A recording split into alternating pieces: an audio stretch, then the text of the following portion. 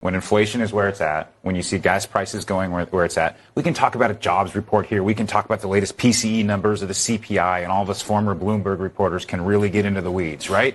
But there's one number that they can't really change right now, and that is what the placard says at the local gas station. Yeah. And that number is high, and that's a daily jobs report that voters, that Americans, consumers see every day, and there's nothing the White House can do about it. Gas stations that say blame Putin more than they say let's go Brandon. I'll know the White House. I'll know the White House has been successful in messaging it. I mean, 41% say it's Biden's policies, just 24% say the war in Ukraine. 24% also say, the oil and gas companies are raising prices. But the White House is trying to do both. Blame Putin, blame the oil and gas companies, but Americans just don't agree. Say inflation is their number one concern. They're concerned about the affordability, the availability of energy right now.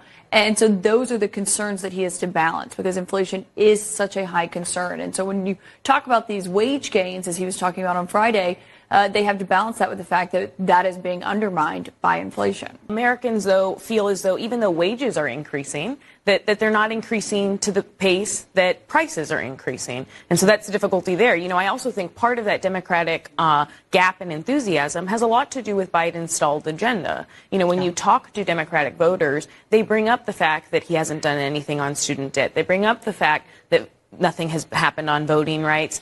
Young voters, Biden's numbers have dropped by double digits with young voters. I'm going to work like the devil to bring gas prices down. I will do what needs to be done to reduce the price you pay at the pump. Even if we drilled as much as we could, the price of oil is still set globally. This Keystone pipeline, it would take years for that to have an impact on prices. There's an impediment to production in the United States, and it's called the bankers on Wall Street. Oil prices and gas prices are famously something that is largely outside of the direct control of any political figure. The price of oil is very much dependent upon the global supply, and that's manipulated for price by countries that don't always have the same values that we have. That is a consequence of, thus far, the refusal of Russia or the OPEC nations to pump more oil. The gas prices, of course, are based upon a global